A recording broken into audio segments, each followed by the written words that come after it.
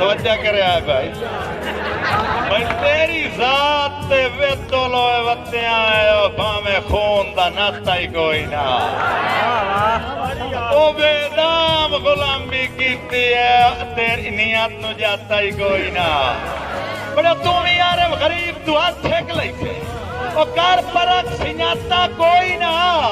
ओ वेले मुलक नु मोढे दित्ती वत्ते आए तेरे अल्लाह दा खाता ही कोई ना पर चौक करे ना सतियार ना बाण मेरा खाता वाके गोरे बलकाना मेरा से वाके खाता है ना है हाँ